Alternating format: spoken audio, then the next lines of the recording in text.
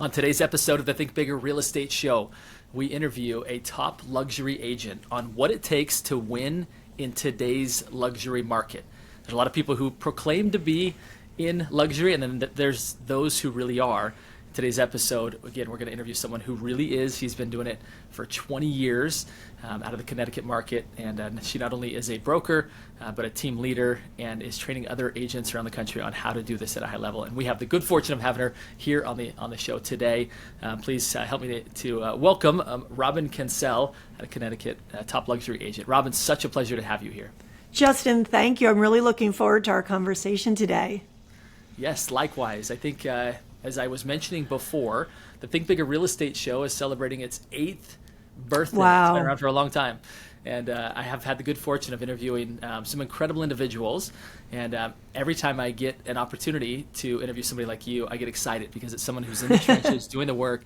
Yeah. And, again, it's such a pleasure to have you. So thank you again for sharing your expertise with us here today. Of course. Let's dive in. Let's just, from a broad overview, right? How would you kind of give us a state of the union on the luxury market? Maybe that's a better way to put it. Like what's happening out there? What are you seeing out there? Yeah. It's a great time to be in luxury if you're a seller. I'm going to speak mostly from the Greenwich market, but obviously I'm talking to colleagues all over the country. And there's just not enough product out there. And there's a lot of buyers who are making changes. Obviously, COVID prompted a lot of geographic changes. But alongside of that, I think people started to rethink where they're living, how they're living, and recognized, obviously, that you don't have to go to an office every single day to work. So that has really prompted and put some energy into second and even third homes. So broad-based sellers are, having great success. And buyers, you just have to be a little creative to get the property that you want.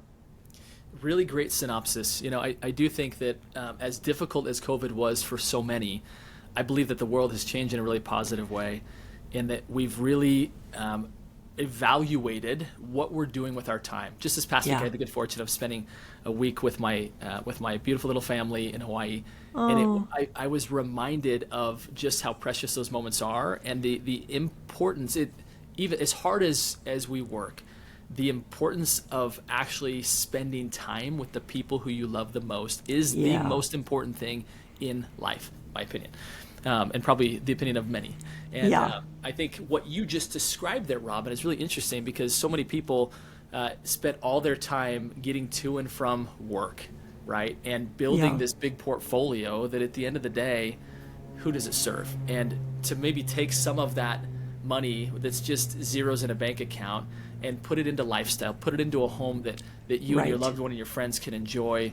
I do believe that the world has shifted in a direction where people recognize that experiences, not just net worth, right? And some large portfolio is what's most important. And I think luxury living is at the heart of that. Would you agree with that? Now, first of all, amen to your whole comment on family being important. Yes. What's really interesting that we're seeing a lot of is a whole multi-generational home compound. So in luxury markets, you're seeing that people are not just going for the one family house, but they're thinking about, hey, I've got grandkids coming. I want to make sure my children are where I'm at. So that's just one of the, I'd say, newer trends that we're seeing in the luxury market. And so obviously, if you're a seller, you one of the things you want to be thinking about is, if I'm eventually going to sell this now or later, how is that going to meet the new need of the buyers? Robin, I apologize. I had a little bit of a delay on my side. The last thing I heard you say was that amen to the fact of family being the most important thing. So we did have a little bit of a buffering situation, but it looks like we're back, which is the great news. So would you mind repeating what you said there about? Of course. Kind of what followed there. We were talking about how people are changing their priorities a bit since COVID, and one of the interesting trends I'm seeing is the whole multi-generational orientation in purchasing properties.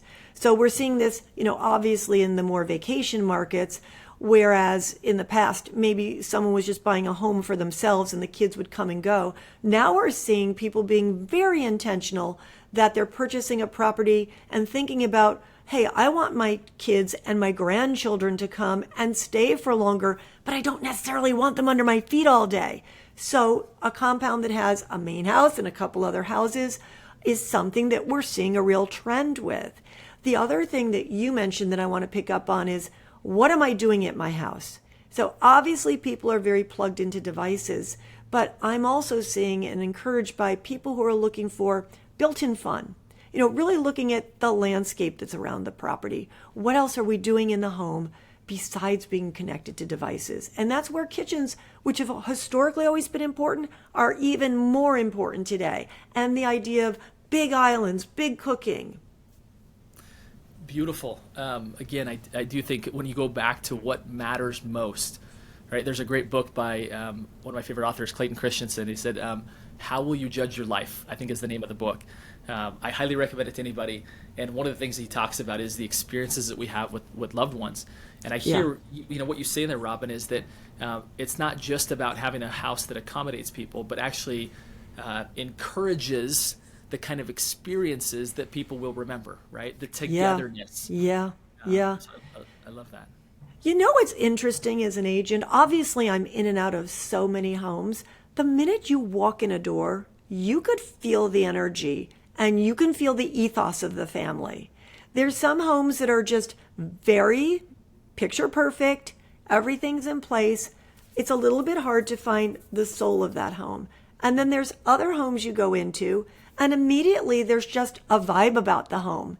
And you just get a sense by the time you're done with a tour that this is a family that's really living together. Yeah, beautiful. And the thing I love about the luxury market is that you're dealing with people who have created a certain amount of abundance in their life, right? And now they're investing into what I think we would all agree is the most important place on earth for anybody, which is home. Yeah. Right? Yeah. That they're actually pouring that investment, those smart decisions that they've made into that place that creates those memories. So let's jump into a little bit some of the tactical. I think our audience is really interested in learning from an expert like you on things that you're seeing. So for example, kind of best tips for getting a house ready at the best price, right? Some might say, well, these are the fundamentals, and I would say exactly right. This is the blocking and tackling that separates the professionals from those who profess to be, right? Yeah. And look, I bring a very particular background. I'm a combination of a business background, but then I have a whole segment in restoration of historic homes, owner's rep for properties and interior design. So when I bring those sets of eyes into a house and prepping it for sale, the first thing I look at is what I remember Barbara Corcoran saying. And she says, a buyer makes their decision in the first 8 seconds. And I totally believe that. When I open the door, I really need to make sure that what the buyers are seeing is the best version of this particular house that there is.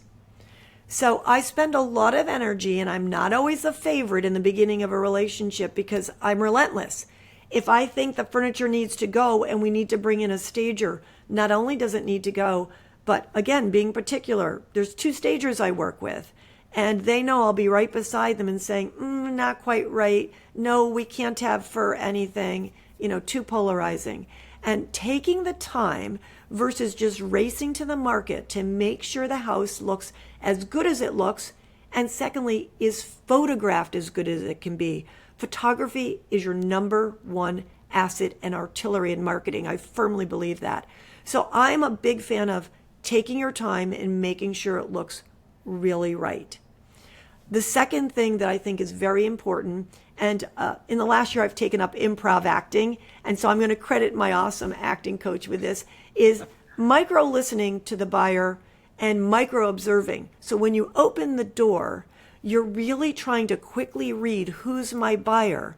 And you're not being inauthentic in changing yourself, but you're adapting to what you pick up is most important to them. So it's not just a boring tour pointing out things that are obvious, but you're catching the fact that this is a sporty family, this is a cooking family, this is a family that's got kids running all over. So organization is going to be important. Really spend time on that mudroom.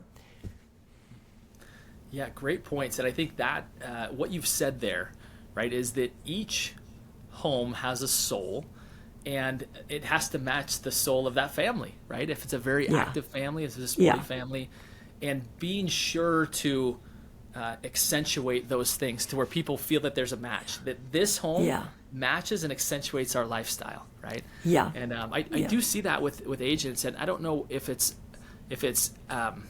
selfishly that they want to get the home to market quickly, but like you said, it's like taking time to sharpen the saw. Like, take the time to get the home right, and even be thinking, like you're saying, like, what is the soul of this home, and what are people going to love about this, and be sure that it's positioned and staged. And I think that's a question that you've kind of pre-answered that I was going to ask you, is the importance of staging. And it sounds like for you that's absolutely completely necessary. Absolutely, the first thing I go to. I want to pick up on something that you said. So if matching the house to the family, you also want to make sure that you're appealing to the broadest audience possible. So if the house has a lot of toys, sporty toys, and it'll appeal to that, I still keep thinking to myself, what's the target audience?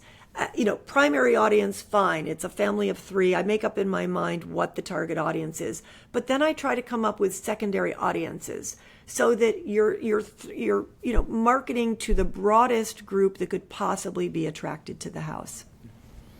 And once you have that, let's say that, okay, this is ideal audience, this is secondary. Walk us through your steps. I think that's a very, almost a tactical checklist to go through of walk into the home. Who is going to want this, right? Ideally, right. And secondarily, who might? Then what's your process, Robin? So look, I'm a graduate of Kellogg Business School, and so this is straight out of business school. It's no different than when I was, running Hairspray or Dixie Cups or whatever in marketing. It's a business plan, and so the next thing I do is create a business plan. Here's my target audience. Obviously, the mission is to sell the home at the highest dollars in the shortest amount of time. And then I start looking at the tactics. So, working carefully with the marketing department. I'm at Compass. We have so much research at our fingertips. We know print is no longer what it was. It's just not as important unless you're getting opposite page 6 in the New York Post. And you're in one of those markets that's really going to make a difference next to a sizzly story. But other than that, I've changed over 20 years. I used to be all about print. I'm much less about print. Now our focus is obviously on all the things that are online because that's where people are going. So I think the statistic is something like 89% of the buyers start their shopping online. Where are they going? They're going to, the big guns. They're coming to Compass too. So we've got to look good there. But working with my marketing department, having an integrative marketing plan is critical.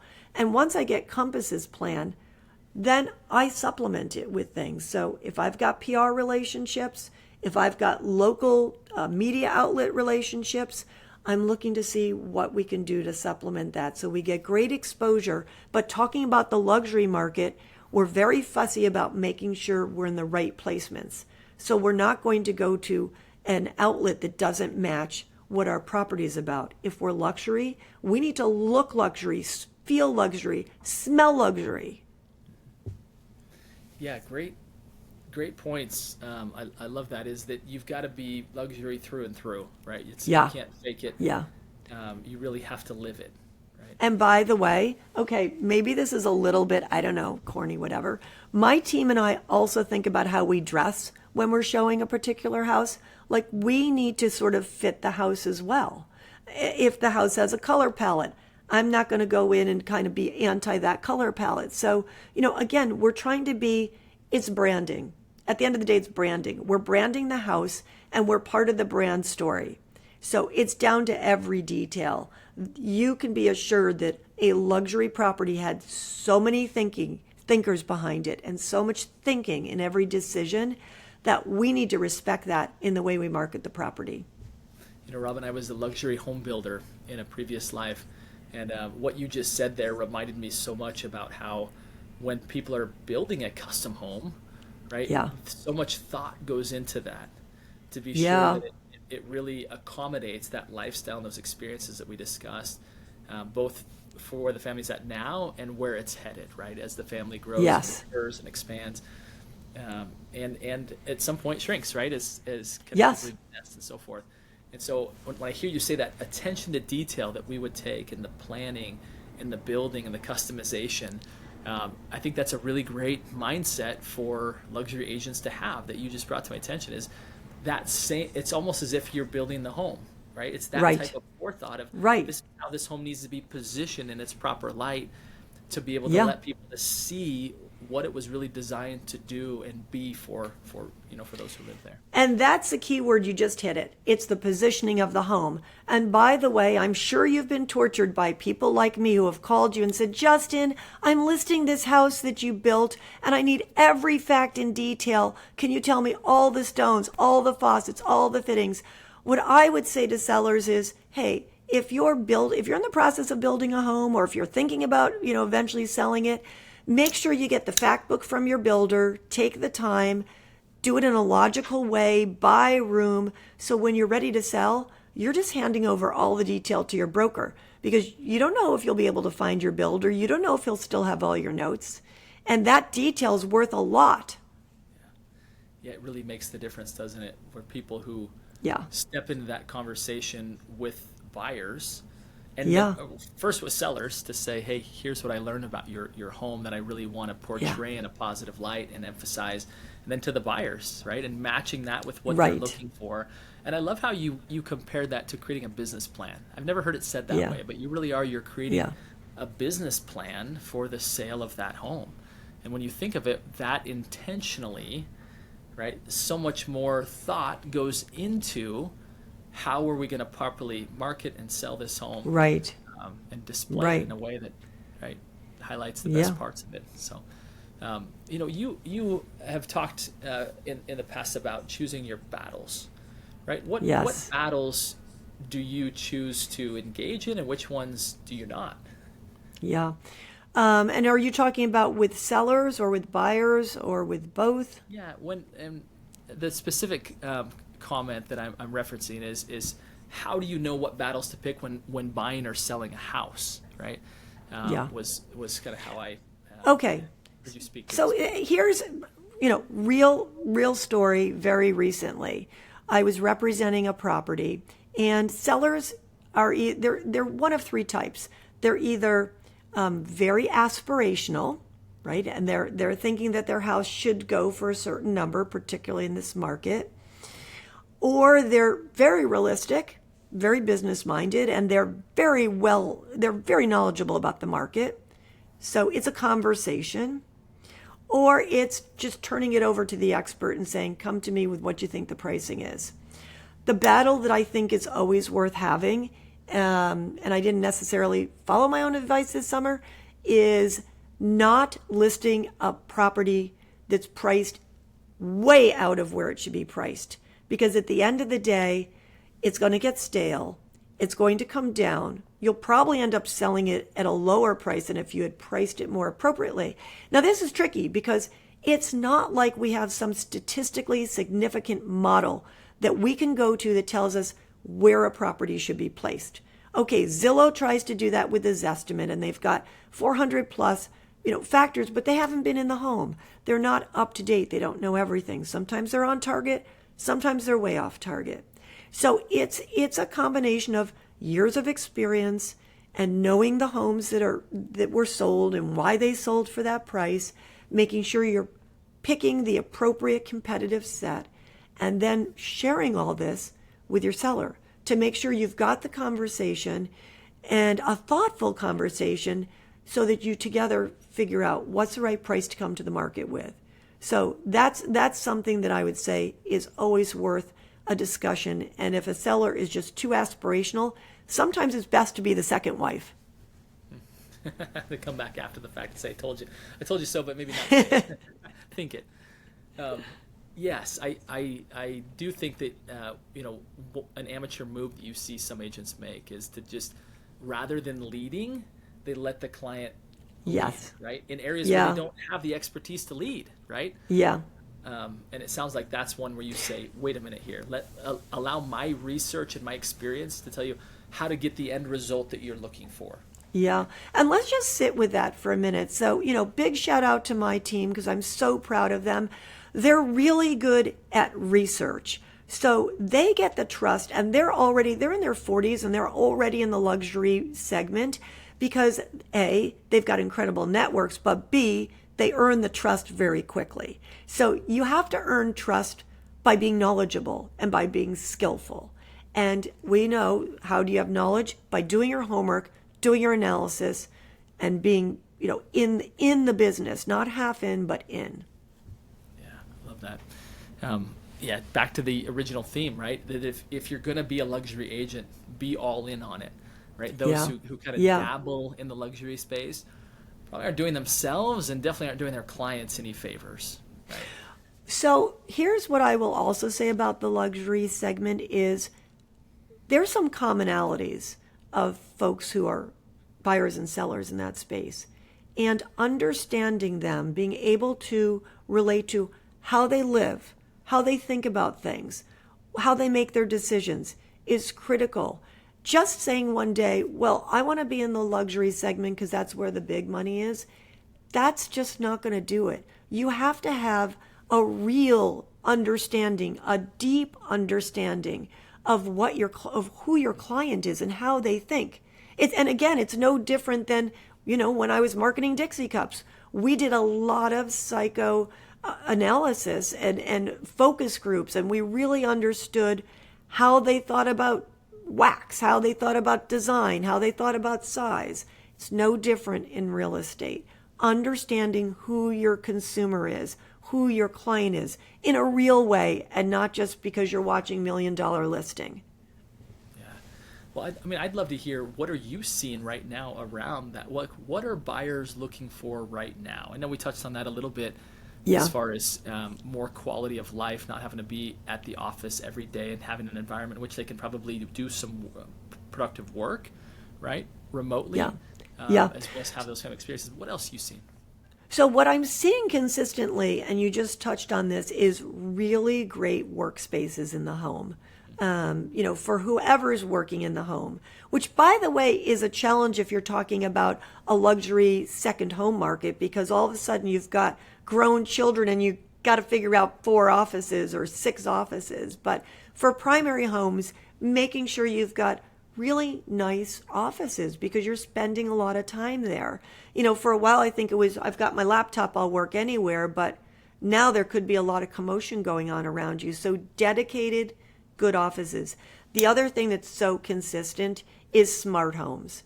And that's changing all the time.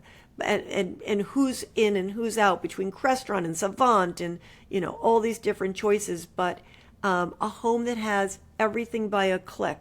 A home that really important, by your phone, you're turning off this house, you're turning off where you are, or you're putting your security on. Really, really important. What I am seeing, and I'm really happy to see this, is, the really large home, it's not about the number of rooms. It's about rooms that are being used. And what I love is clients can't always articulate why they are liking a home, but it's often related to proportions of rooms and everything feeling right. So you're walking into a room and it's not gargantuous. You don't feel lost. You feel comfortable. And it goes back to what you said earlier. You can imagine yourself there. Yeah, beautiful. As we get ready to kind of come to a close, Dina, I found, I just said, Dina, your teammate. Sorry, Robin. That's okay. I had Dina on my mind.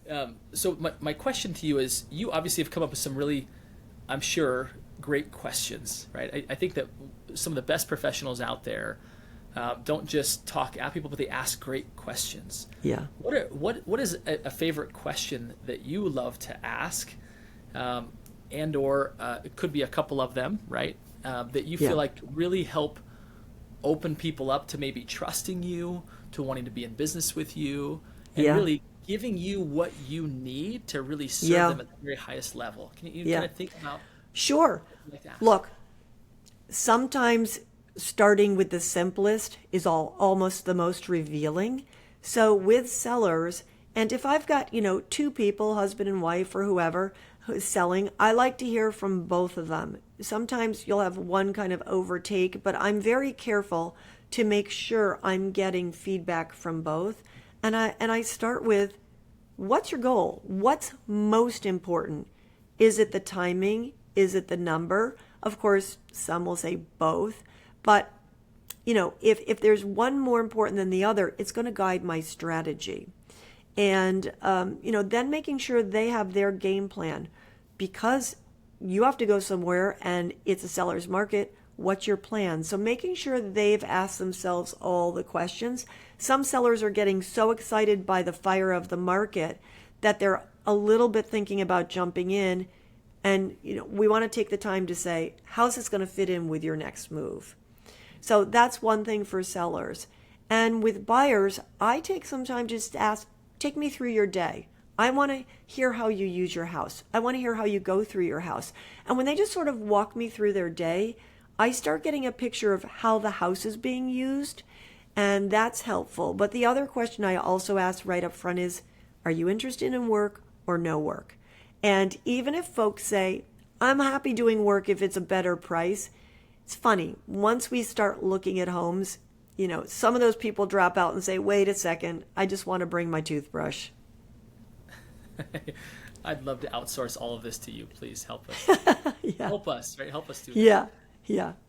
Robin, I have to tell you, it's always so refreshing to talk to people again who are not just proficient in the luxury space and proficient in what they do, but they're passionate about it. And we feel that with you. Is that there's just an energy that comes from you as you talk about what you do. And it's invigorating for all of us who love learning from experts, who love learning from big thinkers, who are continually looking to expand the possibilities of those around them. So we appreciate that. Well, thank you. I'm grateful to my clients, and I'm so grateful to all my collaborators and partners, from attorneys down to surveyors. So it's a team. I love that you said that, Robin. For those that follow the show, know this well about me, but I've built a digital platform called ProInsight that is designed to connect professionals with each other. I believe that the very best business comes from other professionals in many cases, because they're dealing with clients they know at a very intimate level, and that they're oftentimes what I call upstream, which is a book I actually authored. They're just upstream from that next transaction, and they can really serve that client really well by introducing them to the next great professional that they need and who they know they've vetted for years. Right. And, so I love the fact that you talked about your other partners. That's a theme of really what I'm pushing very hard in the industry, is that I believe that the path forward for us to maintain the respect of the consumers is to spend less time on portals and more time getting B2B referrals, meaning other professionals who serve those same clients. Yeah. So, appreciate you saying that. Good on you. Great. Yeah. This has been fun. Thank you. So fun, Robin. Thank you again for all your expertise, and for our audience. We're grateful that you've tuned in today to listen to this incredible guest. Robin, is there one final bit of advice that you would give to somebody that is wanting to really serve their clients at a really high level in the luxury space? Yes. My number one piece of advice is learn how to just stay like a duck. Let everything wash off your back. You need to be the neutral, even engine for your clients. It's so emotional in real estate. If you can be the one who's just the calm, steady Eddie, you are just helping them so much. Boy, I can't tell you how true that was in building luxury homes. Yeah. That being that calm voice of reason in the storm is what mattered so much. So thank you for sharing that. And to our audience, I have one final request, which again, number one is go follow Robin. And Robin, where can people find you? Do you have a? They can find me on Instagram at Robin Kencel, or our real estate page, robinkencelteam.com. I love it. Go find Robin, follow her, tell her thanks for all she contributed today. And my final request of everybody are these three simple words, and they are go, think bigger. And Robin, thank you for helping us do that today. Of course. Thanks so much, Justin. Okay. Bye-bye.